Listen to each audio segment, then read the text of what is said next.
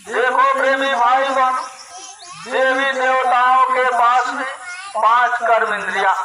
कर्म इंद्रिय का मतलब जिनसे कर्म होता, हाथ पैर मुंह, नीचे 2 मलमूत्र का रस।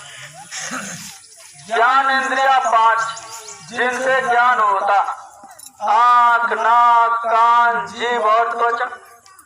ये 10 इंद्रिया उनके पास भी है। 3 गुण आपके पास और देवी देवताओं के पास, रजोगुण तमोगुण सतोगुण। और चतुर्थ अंतःकरण, मन चित्त बुद्धि और अहंकार। प्रेमी भाई बहन, इन 17 तत्वों में आप देवी और देवताओं के बराबर हैं, देवी देवताओं के समकक्ष हैं।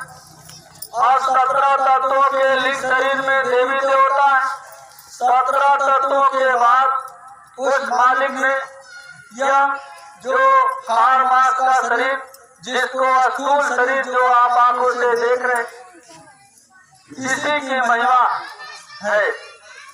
17 तत्व में देवी देवता, इसके बाद क्षिति जल पावक गगन समीरा, पंच तत्व रचित शरीरा।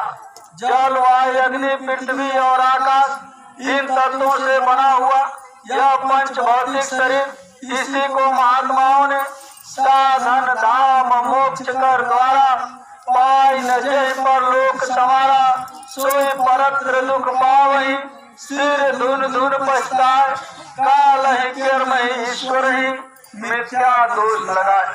प्रेमी भाई बहनों, हमको और आपको बहुत ही सौभाग्य से यह मानव का तन मिला हुआ। 84 लाख योनियों का भ्रमण करने के बाद यह मनुष्य का शरीर हमको मिला। गोस्वामी दास जी ने लिखा है, 184 भरम के पाँव पर अटको आए, अब की पासा ना पड़े तो फिर 84 जाए। 84 लाख योनियों का भ्रमण करने के बाद आखिरी में यह मानव का तन हमको और आपको मिल गया। प्रेमी भाई बहनों, लिखा हुआ है कि अब की पासा न पड़े तो फिर 84 जाए।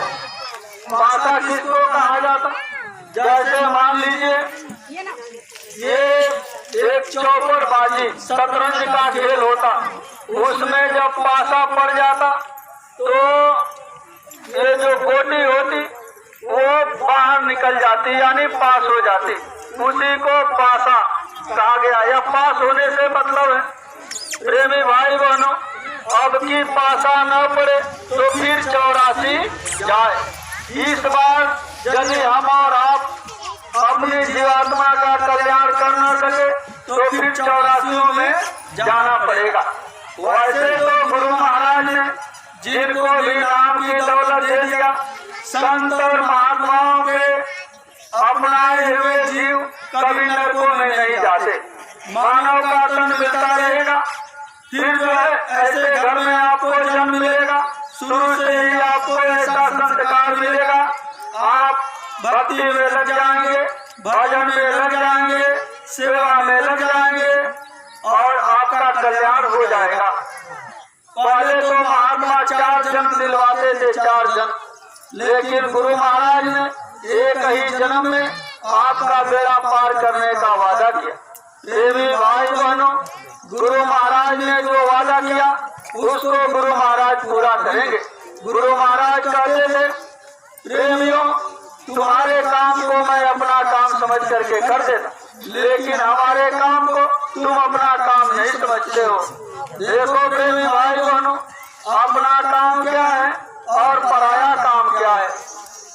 जिन बेटे बेटियों के लिए दिन रात भाग दौड़ करते रहते, जिस धन दौलत को पाने के लिए न जाने कितनी रातें जाग करके बिता दिए, न ये धन दौलत काम आएगा, न ये बेटा बेटी काम आएंगे, न ये जमीन जायदाद काम आएगा, न ये नाते रिश्तेदार आएंगे, कोई भी आपके काम आने वाला नहीं है। अपना काम क्या है? जो हम और आप माँ के गर्भ में जब उल्टा लगे थे उस समय सब लोगों ने वादा किया, अब प्रभु कृपा करो हुए भांति सब तज भजन करब दिन राति। उस वादे को हम और आप पूरा कर ले।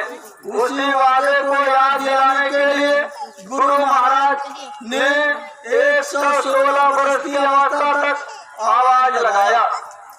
गुरु महाराज समझाते थे, जिस देश में आप रह रहे हो ये अपना देश नहीं है, ये काल की नगरी है। काल यहाँ का राजा है। काल का काम क्या है? जीवों को चबाना। प्रेमी भाई बहनों, पैदा भी इन्हीं का काम और मार डालना भी इन्हीं का काम। जो माँ बाप बच्चे को पैदा करे और बच्चे को मार दे, उनको काल ही कहा जाएगा। देखो प्रेमी भाई बहनों, तीनों लोगों के मालिक जिनको काल निरंजन कहा जाता, त्रिलोकीनाथ कहा जाता, देखिए उन्हीं के तीनों पुत्र ब्रह्मा, विष्णु और शंकर। ब्रह्मा का काम है पैदा करना, विष्णु का काम है पालन करना और शिव का काम है संहार करना। देखो प्रेमी भाई बहनों, इसी नियम के अनुसार यह सृष्टि चल रही। कर्मों का विधान बनाया गया।